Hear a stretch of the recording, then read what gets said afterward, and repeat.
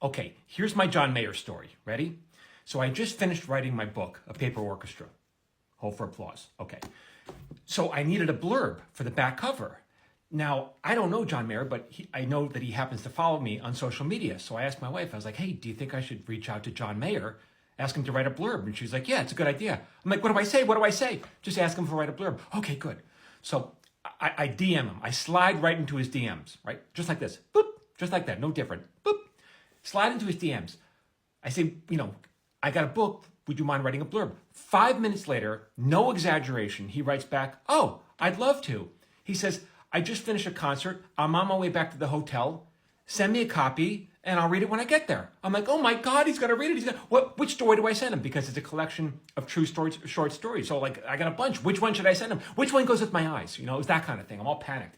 My wife goes, just send him The Ghoul, right? That's one of the stories in the book. Good idea. Send him The Ghoul. So I, send it right to him. 30 minutes later, he writes back. He goes, oh my God, I love this. This is fantastic. He goes, here, how about this? So this is the blurb he wrote for the book. He said, fantastic. It's multi-timbral. It runs all levels of the pyramid at the same time. His knockout punches are stinging sincerity. He goes, is that good? Do you want me to write something else? I'm like, no, man, this is perfect. You sound just like John Mayer. It's poetic. You sound like a musician, right? It's perfect. He was just so damn gracious. I mean, seriously, how nice is that?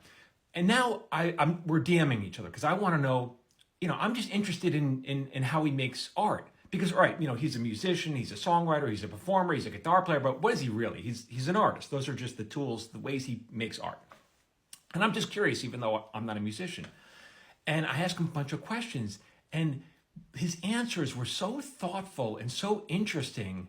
I wrote them down. So one of the questions I said, when you're writing music, how do you know when the song is done? How do you know not just to keep tinkering with it and make it different or better? And this is what he wrote, and I wrote it down, and I keep it next to my computer because I'm just so smart.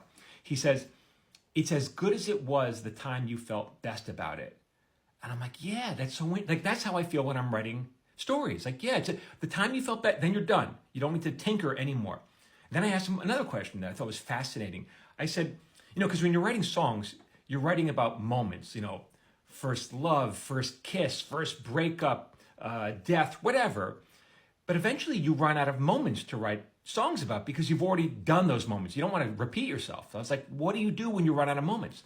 And he said, I write about the moments in between the moments.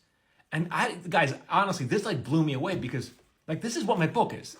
Seriously, look at it. It's what if the smallest, almost forgotten moments were the ones that shaped us most? That's what I write about, the moments in between the moments. So I'm like, oh my God, we're hitting it off. At least I am. I'm all over this.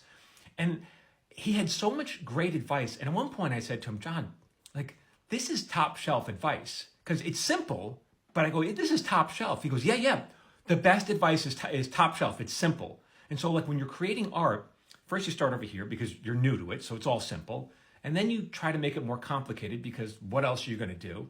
But at some point you get so good that you're no longer making it complicated. You're making it simple again. And that's I don't know. I was just fascinated by his, when I would ask him these questions, by the way, it wasn't like he had to give thought to him. He had already given thought. He goes, here's how I do it. He had already given so much thought to it. And I was just so impressed. And then afterwards, I just started, I've always been a fan of his music, but now I'm listening to it again through that new lens, with this full appreciation that he really is an artist. He gives it so much thought. Anyway, I encourage you to do the same. Go, listen to his music again, knowing that he doesn't just write a tune, he gives it so much thought and consideration. And that's why, he's so amazing. Anyway, I'm so grateful to him. That's a conversation I'll remember forever. Seriously. Just that, I don't know, there's so much overlap between what I do, which is, literature or narrative, and what he does is songwriting. There's so much overlap, which I found so fascinating. Anyway, go check him out. The book is called A Paper Orchestra. It's about the moments in between the moments. There, John Mayer. You can go get it here on my website, michaeljamin.com/book. Anyway, thank you again, John Mayer.